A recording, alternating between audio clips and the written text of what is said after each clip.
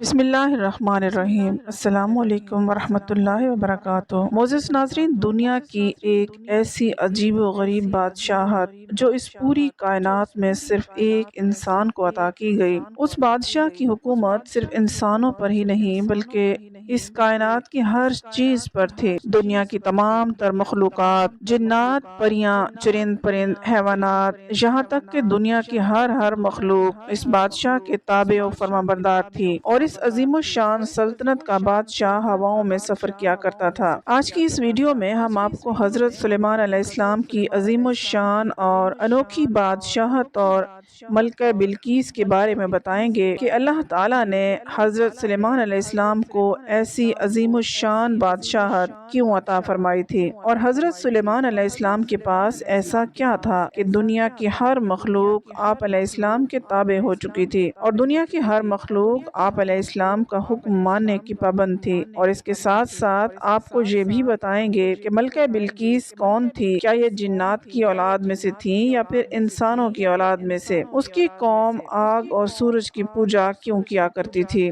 اور ملکہ بلقیس کا تخت کیسا تھا۔ ناظرین، اس ایمان افروز اور عجیب و غریب داستان کو سننے کے لیے آپ سے گزارش ہے کہ ہماری اس ویڈیو کو آخر تک ضرور دیکھیے گا۔ ناظرین، اس دنیا کی تاریخ میں اللہ تبارک و تعالی نے 4 انسانوں کو پورے روئے زمین کی بادشاہت عطا فرمائی۔ ان 4 بادشاہوں میں سے 2 بادشاہ مسلمان تھے اور 2 کافر تھے، لیکن ان 4 بادشاہوں میں سے سب سے انوکھی اور عظیم الشان بادشاہت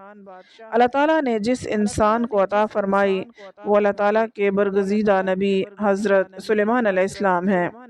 حضرت سلیمان علیہ السلام کی بادشاہت ایسی تھی کہ اللہ تعالیٰ نے نہ ان سے پہلے ایسی بادشاہت کسی بادشاہ کو عطا فرمائی، اور نہ ان کے بعد قیامت تک کسی کو ایسی بادشاہت عطا کی جائے گی۔ حضرت سلیمان علیہ السلام اللہ تعالیٰ کے وہ برگزیدہ پیغمبر ہیں کہ جن کے تابع اللہ تعالیٰ نے دنیا کی ہر مخلوق کو کر دیا تھا۔ جنات، پریاں، حیوانات، چرند پرند، غرض دنیا کی ہر مخلوق حضرت سلیمان علیہ السلام کی تابع و فرمانبردار تھی، یہاں تک کہ اللہ تعالیٰ نے ہوا کو بھی حضرت سلیمان علیہ السلام کے تابع کیا ہوا تھا،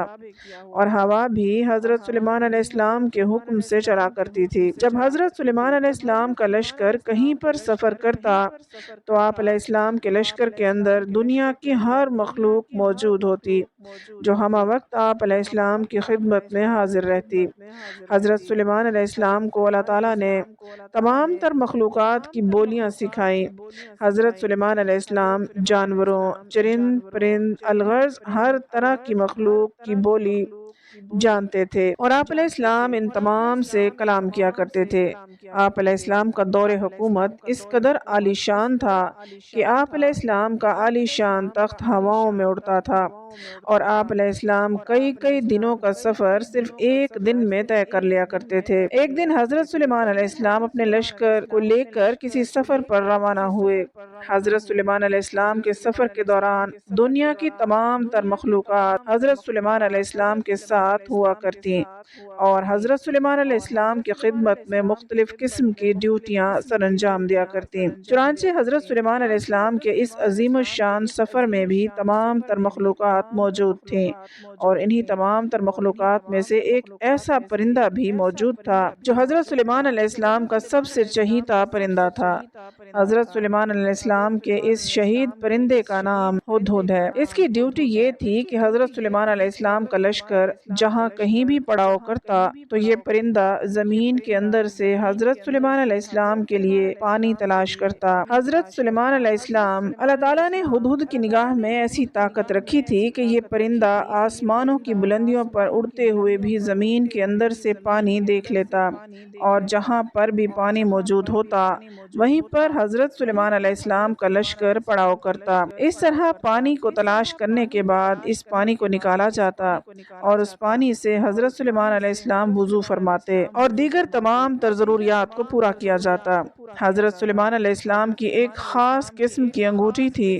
کہ جس کے اوپر اللہ تعالیٰ کا اسم اعظم کنندہ تھا۔ اسی اسم اعظم کی وجہ سے دنیا کی تمام تر مخلوقات اور ہر چیز حضرت سلیمان علیہ السلام کے تابع و فرمانبردار تھی۔ اس عظیم الشان سفر کے دوران ایک جگہ پر حضرت سلیمان علیہ السلام نے پڑاؤ ڈالا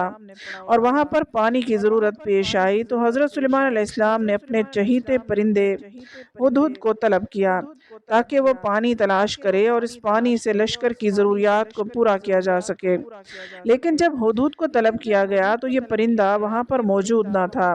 یہ اپنی ڈیوٹی سے غائب تھا۔ چنانچہ جب حضرت سلیمان علیہ السلام کو ہدہد کے غائب ہونے کا پتہ چلا تو حضرت سلیمان علیہ السلام جلال میں آ گئے اور جلال میں آ کر فرمانے لگے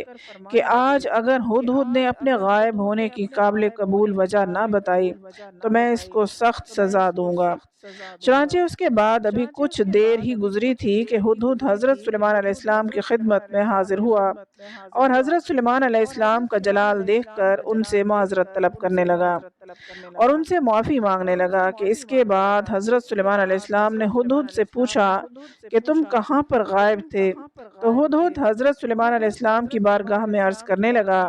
کہ یا نبی اللہ، آج میں آپ کے لیے ایک عجیب و غریب خبر لے کر آیا ہوں۔ حضرت سلیمان علیہ السلام کے دریافت کرنے پر ہدہد نے حضرت سلیمان علیہ السلام کو بتایا کہ آج میں ایک عجیب و غریب سلطنت میں گیا جہاں ایک حسین و جمیل ملکہ حکومت کرتی ہے جس کا نام بلقیس ہے۔ ہدہد نے حضرت سلیمان علیہ السلام کو بتایا کہ اس سلطنت کے لوگوں کو اللہ تعالیٰ نے ہر طرح کی نعمتوں سے نوازا ہے، لیکن اس کے باوجود اس سلطنت کے لوگ اللہ تعالیٰ کی وحدانیت کو چھوڑ کر آگ اور سورج کی پوجا کرتے ہیں، اور اس خوبصورت حسین و جمیل ملکہ کا ایک ایسا عالی شان تخت بھی ہے جو 30 گز لمبا اور چوڑا ہے، اور اس عالی شان تخت پر ہیرے، موتی اور جواہرات جڑے ہوئے ہیں۔ ہدہد نے حضرت سلیمان علیہ السلام کی بارگاہ میں عرض کی کہ یا نبی اللہ، ان تمام تر نعمتوں کے باوجود شیطان نے اس قوم کو گمراہ کیا ہوا ہے اور یہ لوگ اللہ تعالیٰ کی وحدانیت کو چھوڑ کر شرک و بت پرستی کے اندر مبتلا ہیں اور آگ اور سورج کی پوجا کرتے ہیں۔ چونکہ حضرت سلیمان علیہ السلام اللہ تعالیٰ کے برگزیدہ نبی تھے اور اللہ تعالیٰ نے آپ علیہ السلام کو پوری روئے زمین کی بادشاہت عطا فرمائی تھی، لہٰذا جب حضرت سلیمان علیہ السلام کو اس بات کا علم ہوا کہ وہ قوم اللہ تعالیٰ کے سوا کسی اور کی پوجا کرتی ہے تو حضرت سلیمان علیہ السلام نے اللہ تعالیٰ کا حکم پورا کرنے میں اور ان کو دعوت حق دینے کا فیصلہ کیا اور ملکہ بلقیس کے نام ایک خط لکھا۔ اس خط کے اندر حضرت سلیمان علیہ السلام نے یہ تحریر فرمایا کہ حضرت سلیمان علیہ السلام کی طرف سے یہ عزت والا خط ہے، ملکہ بلقیس کے نام۔ انسان کو اپنی طاقت اور قوت پر ہرگز ناز نہیں کرنا چاہیے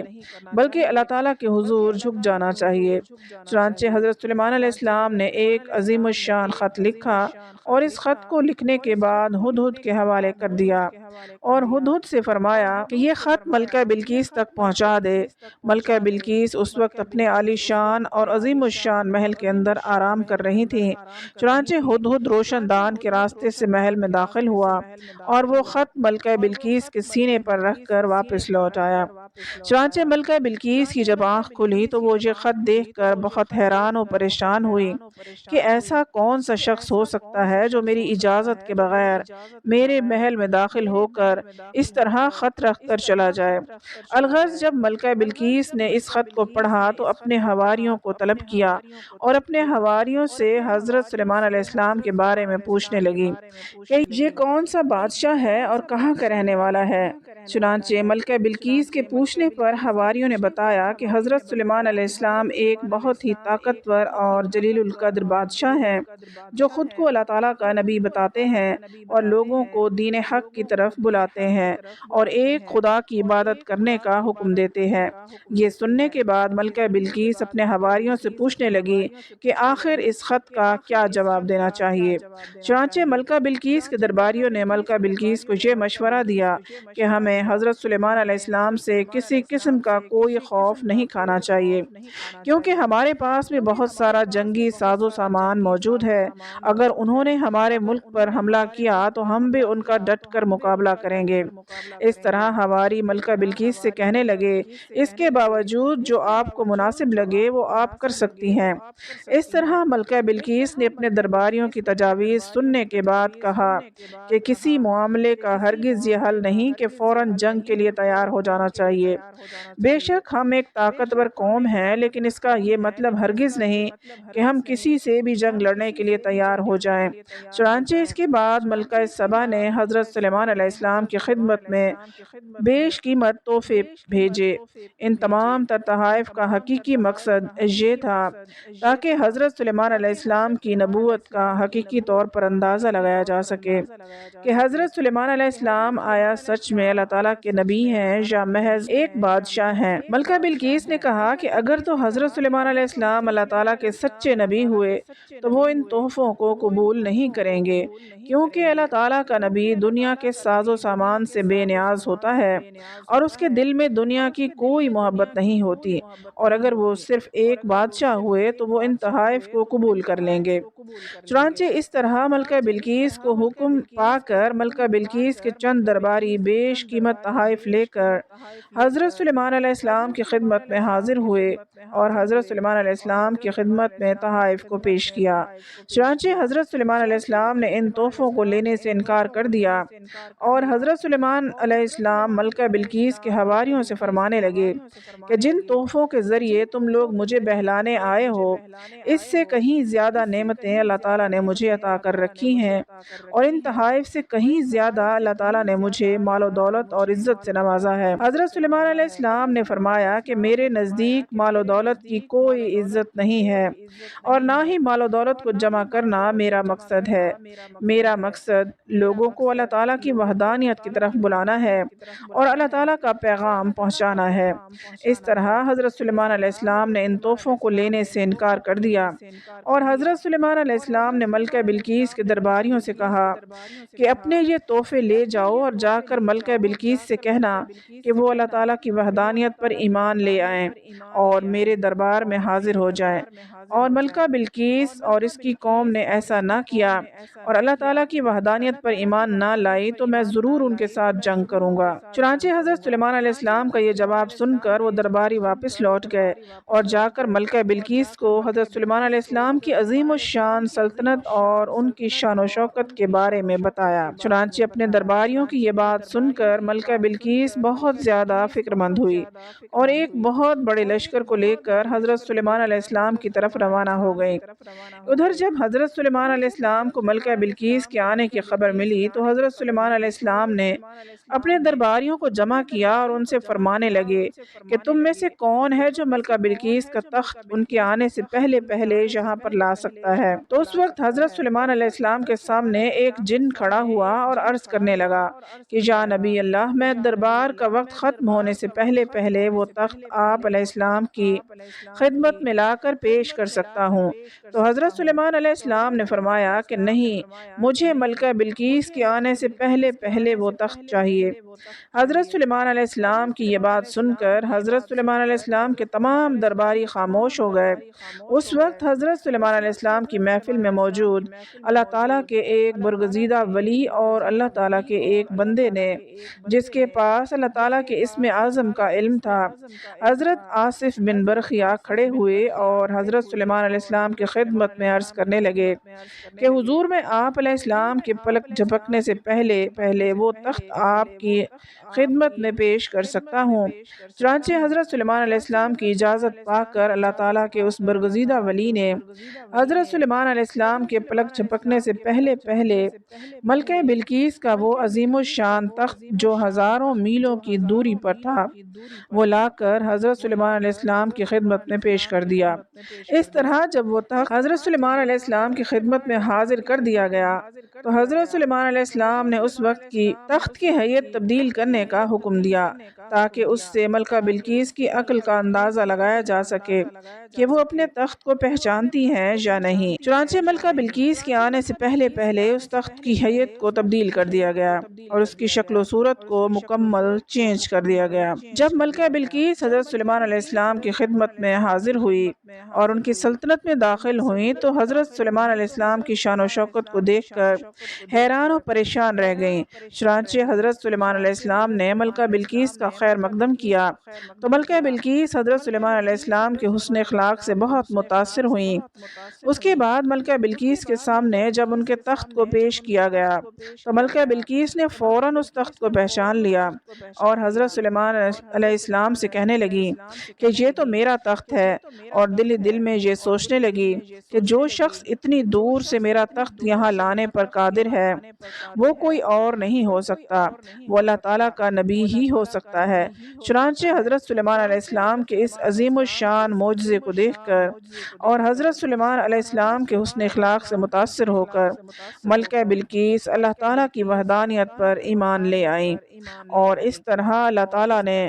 اس خوبصورت شہزادی کو ایمان کی دولت عطا فرمائی۔ اللہ تعالیٰ سے دعا ہے کہ اللہ تعالیٰ ہمیں نیک اعمال کرنے کی توفیق عطا فرمائے، آمین۔